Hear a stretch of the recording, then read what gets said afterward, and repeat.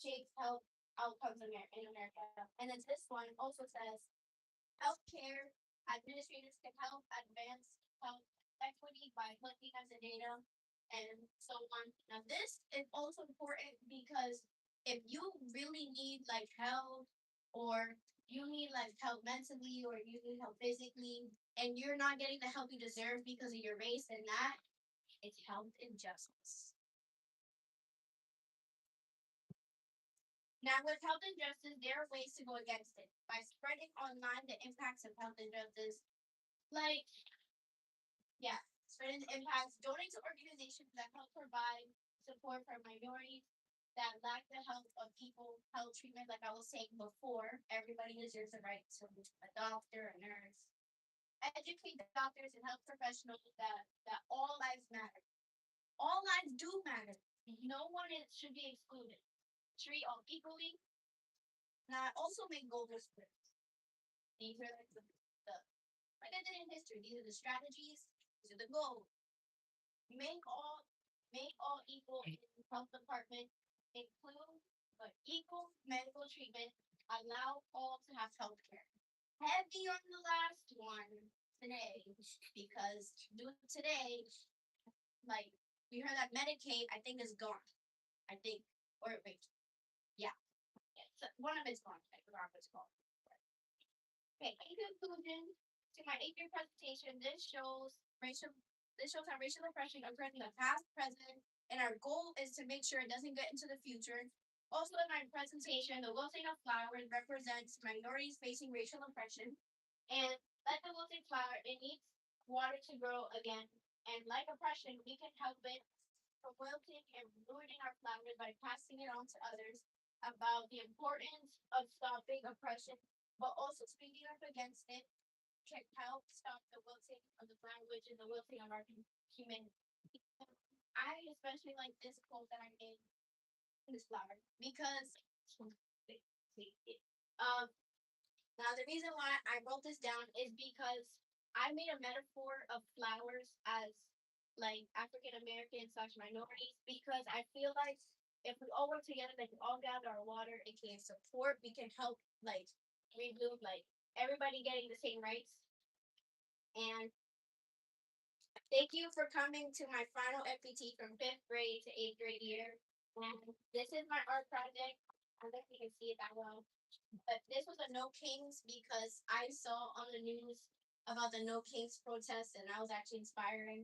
And this is my best and my next. And then this one, my mom helped me make it because it was like talking about like Helen Keller, like no touch, no sight, no hear, and then and no speaking. Which and I wrote on the bottom you can't see it said this is oppression because oppression is where you can't have like the right to stand up for yourself. And and this is also from it's like a quote from Malcolm X but drawn. It's like a white man right here, I don't know if you can see it, and then there's like a black man hidden inside of undercover bars. And then there's like horns right here, and it says the white man is the devil from Malcolm X. And this is me, this is the parents. And thank you for your attention. This is my middle school journey. Beautiful work, Athena. Excellent. Kari, it's your turn. For those of us who are still here, you can feel free to stay for the presentations. Dismissal is going to be in like 15 minutes, so if you want to like actually take your kids before all the kids leave, I understand. Yes, please. You can get your next. I'm not holding it. Michael.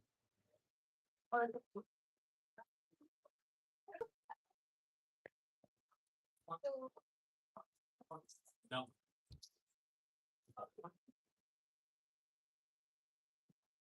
This. Cool. And here's some. So bottom slide, bottom part here, bottom goes to the next slide. Top arrow goes back. And the sun is for disappointing, but you got it. Cool. And Kari, whenever you are ready, you're gonna go. Good afternoon, my Kari Lucas. I am a student at Marshall Prep. I am in the 8th grade. I will be presenting What is oppression and how it can be resisted?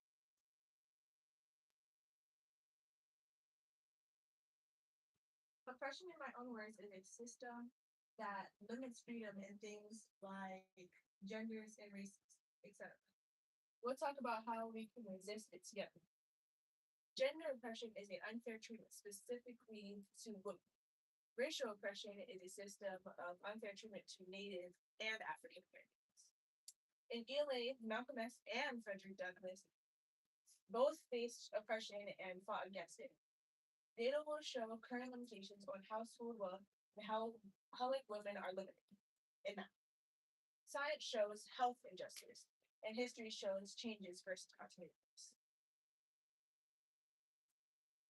In 2019, Cynthia Erivo made a song named Stand Up. This song perfectly draws the picture of, the picture for oppression and how it can be resisted. In her song, she said, "So I'm going to stand up, take my people with me. Together we are going to a brand new home. Far across the river, can you hear freedom calling? Calling me to answer. Gonna keep on pressing on."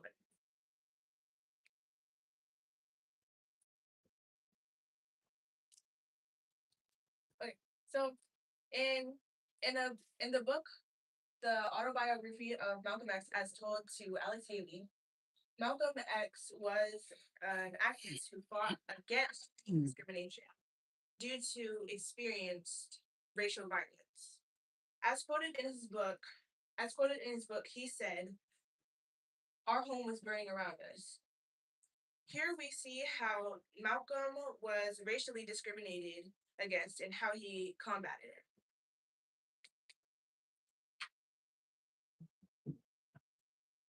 In the narrative of Frederick Douglass fought against racial oppression and gender oppression. He once said, I know nothing. The means of knowing was withheld from me." This shows that Malcolm understands that the purpose of slavery was to be denied knowledge, so slaves would know or gain freedom.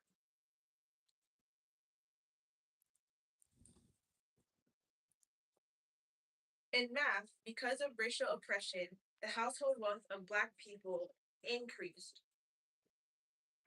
have not increased, while the household wealth of white Americans has increased tremendously.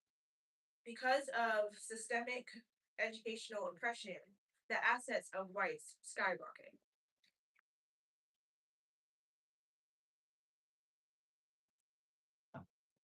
As we can see in this graph, people are being discriminated more for their gender, less than racial oppression. Less than racial discrimination. Because they are women, they face more gender discrimination. By being a woman of color, data shows more gender inequality.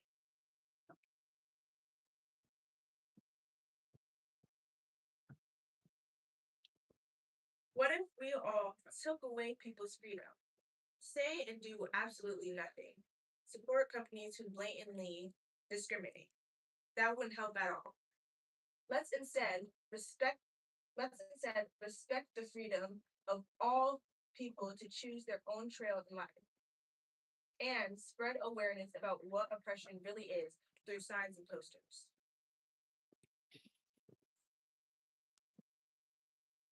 This would help oppression decline instead of increase.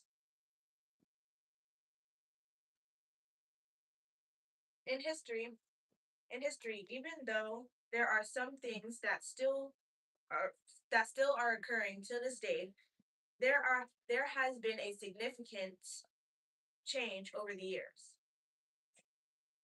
These have stayed the same. Oppression still affects Black Americans. Women are still limited in the workforce, and systemic educational limits are still in place.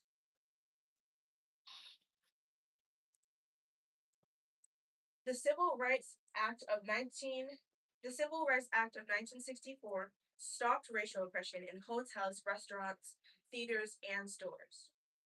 A law was passed in 1972 stating all rights are equal for every race. This law is called the Equal Rights Amendment. While multiple acts were passed for women's equal rights, such as the Equal Pay Act, the Civil Rights Act, the Voting Rights Act, the Married Women's Property Act. In history, we talk about laws. In science, we talk about health injustice. Health injustice affects communities and or human groups who are at higher risks of facing negative impact from their environment. Here are some ways we can resist. We can become advocates and speak up and speak to state representatives, and we can encourage city council to make changes if they haven't already.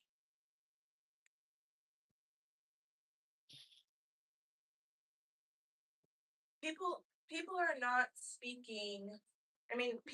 seeking necessary care, even though they need it.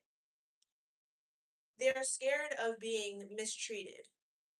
Injustices has increased in many different ways, such as unequal health care, purchasing grounds, as well as unequal education, etc. For my conclusion, racial oppression impacts individuals, specifically Black Americans, by making them feel like they are nothing because of corrupt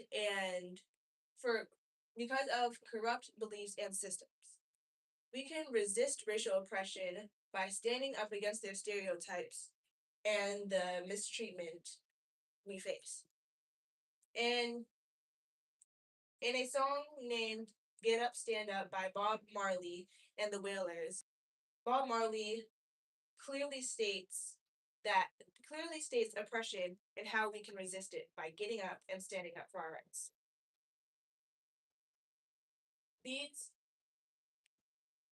These are the resources that I've used during my presentation. Thank you.